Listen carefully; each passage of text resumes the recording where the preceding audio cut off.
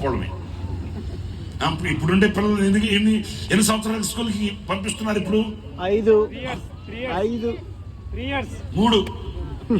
దేవుడి దేవల్ల వాళ్ళకి ఇంటి జ్ఞాపకాల కంటే స్కూల్లో జ్ఞాపకాలు ఎక్కువైపోయినాయి. మేము పల్లెటూరు నాది.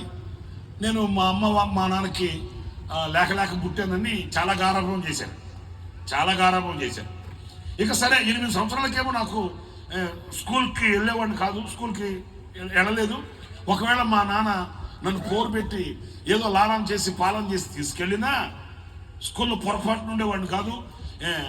ఇంకా ఏమనేవాడిని అంటే గల్లుమని ఏడుస్తూ నేను చచ్చిపోతా అనేవాడిని. ఇక అంతే, మా నాన్నకి గుండెలు జ్వరం పట్టింది.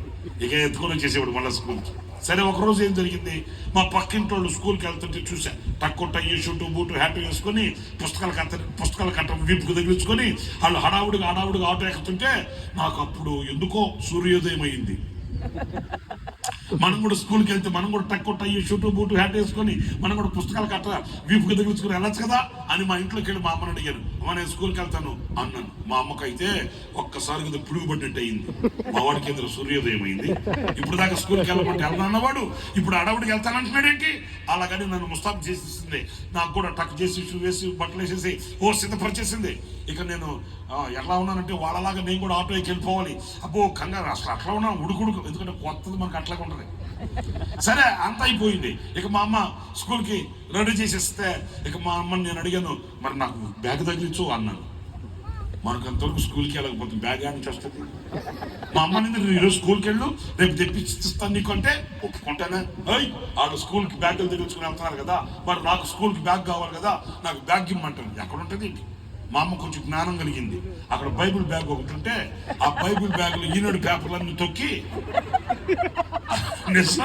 ఈనాడు పేపర్లన్నీ నొక్కి దాంట్లో ఇంత పెద్ద బ్యాగ్ లాగా చేసి ఒకసారి ముందుకేసి మళ్ళీ వెనకేసింది. ఇట్లాగా అదే స్కూల్ బ్యాగ్ అయిపోయింది.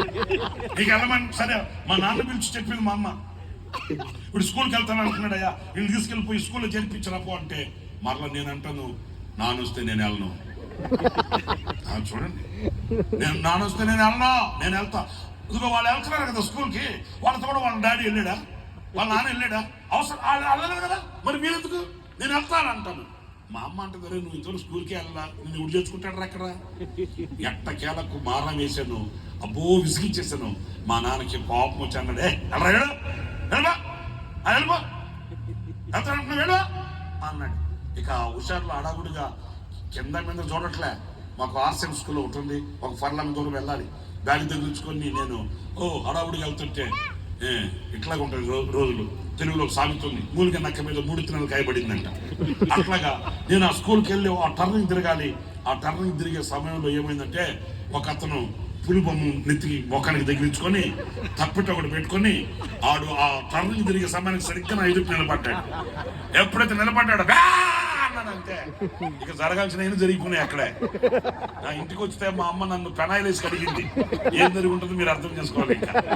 ఇక అంతే. ఇక ఆ దెబ్బ మరలా 6 నెలలు డుమ్మా. ఇప్పుడు చెప్తాను ఒక మాట ఏనండి,